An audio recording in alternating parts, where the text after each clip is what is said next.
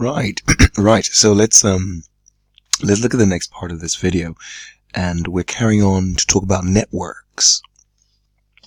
So what we have here is some hardware discussion, and the first thing we're going to talk about are what's referred to as local area networks. So typically, even at work, you might have noticed that in a particular area, maybe in a college or in a workspace, you'll see something that looks like this. You'll have a number of computers, if you like, that are connected to a server. You might not see the server, it might be in another room, but all these computers are connected to a printer, and there's a router, if you like, that connects to the internet. And this is referred to as a local area network. This whole sort of networking or connections, if you like, that will connect all these, which is why, of course, as technology has improved, you can have wireless connecting to a central printer somewhere, but typically a local printer in the room is what's connected to the maybe a local server, and that's connected to the computers in the room. And this is what's referred to as a local area network. So computers in a local area, enabling them to share data via email. And then we have sort of wider area networks, which are kind of local area networks that are all connected together in a much bigger picture, a much bigger space. So basically, wider area networks enable local area networks to be connected. And so typically with better broadband and security, this is possible. And that's what we have here. So you can have central servers and central printers, and all these different rooms and these different areas can use that. I mean, the internet fundamentally is what's going on within an organization. So internal email, internal sharing of data, and no one outside that organization. So typically you would need to have an email registered to that organization to be able to gain access to that information or access to that network. So you can see here organization members and networked computers use networked computers to access information held on a server, and firewalls surrounding the intranet prevent unauthorized access from outside into the organization. Now, I mean, an extranet is sort of connected intranets.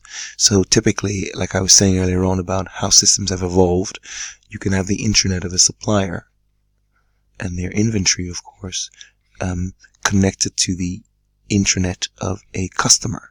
So when the customer is looking for particular inventory, they're just looking, of course, as we get better in terms of just-in-time and more refined relationships, we just have to look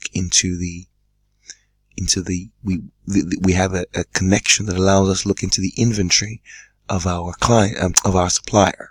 And this is done via an intranet. So you'd have to be part of both networks to gain access. But this is not just from the point of view of customer supplier. You have other relationships, where you can see here that the key point is that everyone is plugging into one central database, if you like, and giving member access to that database. And then, of course, we have the internet. Internet is everything we know it to be. There is so much going on. But these are pages on the World Wide Web that everyone, again, has access to just by literally logging in and plugging in. Right, so typical, this next section just looks at how we capture data. And, I mean, of course, there is your classic just manual inputting of data, if you like, into a system. And of course, you can see that things have evolved, especially even in accounting. Once upon a time, you would have to put your ledgers were almost so. Of course, when we had manual ledgers, you would, deal with your sales ledger, deal with your purchase ledger, and then come and put this on a separate software or system or whatever to prepare your account. So now we have, literally we have software like Xero and QuickBooks that as soon as the information goes from your card to your bank, it just feeds straight through. And as soon as an email is sent, a purchase invoice is raised and things like that. So we've seen an evolution of how data is captured. And ultimately, this is what this chapter is sort of, I have to say, evolving into. It's more about what is the start point and where are we now. So fundamentally, we have, like I said, this idea of direct data capture. And then if you, of course, you remember your barcodes, and then your barcodes would then scan some, because you have all the, and then, we have QR codes, if you like. So we have so many ways now of collecting data. So with this optical character recognition, what we have here is that we have image to text, if you like. So we're basically using images. Images are being transferred into text, and that's being transferred, if you like, into financial information. So the key point here is that we are able to do things faster. So scanning, if you like, think of what we're doing when you're scanning data. It's just transferring these images onto PDF, and that's going into your system. I think here typically this is your optical mark recognition. So what we're having here, if you like, is that you have questionnaires. You can process questionnaires pretty much really quickly. For example, you can mark exams, if you like, very quickly. All exams are literally marked online now, pretty much. So, and then you have, I think I've talked about magnetic strips. So if you remember on a bank, on a check, you would see little magnetic strips on a check. Well, I don't even know how often checks are used now, but the key point here is that you would put this check through the system and it would read the barcode or the code on the, it's the same thing you have on the back of your card, that magnetic strip. So basically, this is how a lot of information is captured nowadays. Now, of course, the final bit of this looks at control. So typically we have two sets of controls. We have general controls, as you would expect, and then software or application controls. And general controls really about what you expect, this idea of backing up and physical and online security. So typically we have the idea of passwords and limited access to software and data files. And then we talk about encryption and firewalls. And again, I've talked about backup plans. So typically we have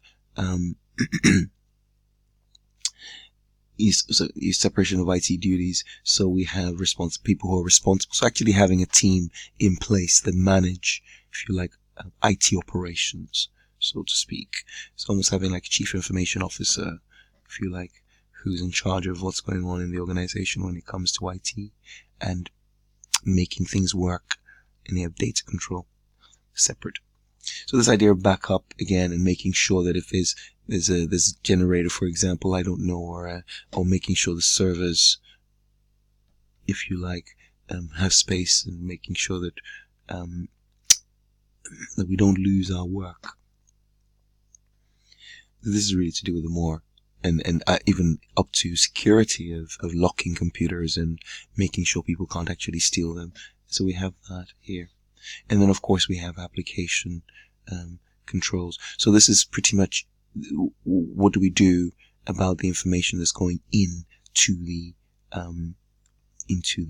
system. So, for example, if you're doing sales ledger, if you ask it sales ledger, it probably will have things like, it'll already have a way of ensuring that the information you're putting in, the customers already exist and already put in, so you can't suddenly just put in some new data. So for example, your customers are already what's referred to as standing data. to prevent people just putting on new customers without permission, if you like. Sometimes it can be to do with processing. So batches, you have to process in batches. So once you get to 50 or something, if you're putting in some invoices, it stops you at 50, for example, and asks you to, it does the total and asks you to sort of check and verify. And then you can press, then you start again. Or amounts over a certain amount need certain authority, if you like, to sign off or for you to double check. So these are all examples here of, and I've taken this from your your text. So this in terms of inputs, ways of ensuring that inputs are complete, accurate, and authorized. Yes, passwords. And of course, we have audit trails to ensure that information that we're dealing with is processed efficiently, and we can always go back. And in terms of what comes out, we should be able to review that. I kind of talked about a range of things. I earlier talked about processing information that's put into the system. So there are many ways we can sort of have these controls, but controls, totals in terms of accuracy, batches, again, matching. The system already has some standing data, so there's no way you can just put in any new data. Sequence checks, so typically, yes, ensuring that all checks, for example, are accounted for. A number of ways. Sometimes they won't let you. Many databases won't let you put in. Will only let you put certain things in certain fields. So you can set the fields to ensure that only numbers can be put in a particular field. Yes. So so here we are. Controls over processing, controls over inputs, passwords and software. Passwords again. Very, very. These are your big terms. Programs should not be altered without authorization. It's 12 minutes already. And in terms of security, protecting this information or this a number of things we need to think about. Controls, of course, we've talked about that. Passwords, firewalls, data encryption. So we're able to, you can see encrypted is in this technique of disguising information to preserve its confidentiality. So it kind of manipulates the information so nobody can read it. It's like you see, it scrambles the data in a message so that it is unintelligible unless it is decrypted. And of course, ensuring you have antivirus sort of protection to detect and deal with viruses. And there you are. So that's the end of chapter 2. You can see it's very much about how data becomes information, if you like. The software and the hardware to do with the actual information systems and the actual information technology as well, and what we can actually put in place to ensure that we protect our data. So really now just go ahead and do as many questions as possible. They typically come up in the first section of the exam, and they're quite straightforward exam and questions, almost sort of reasonable questions, and you can always use the process of elimination to be fair if you're sometimes unsure. Okay, great stuff.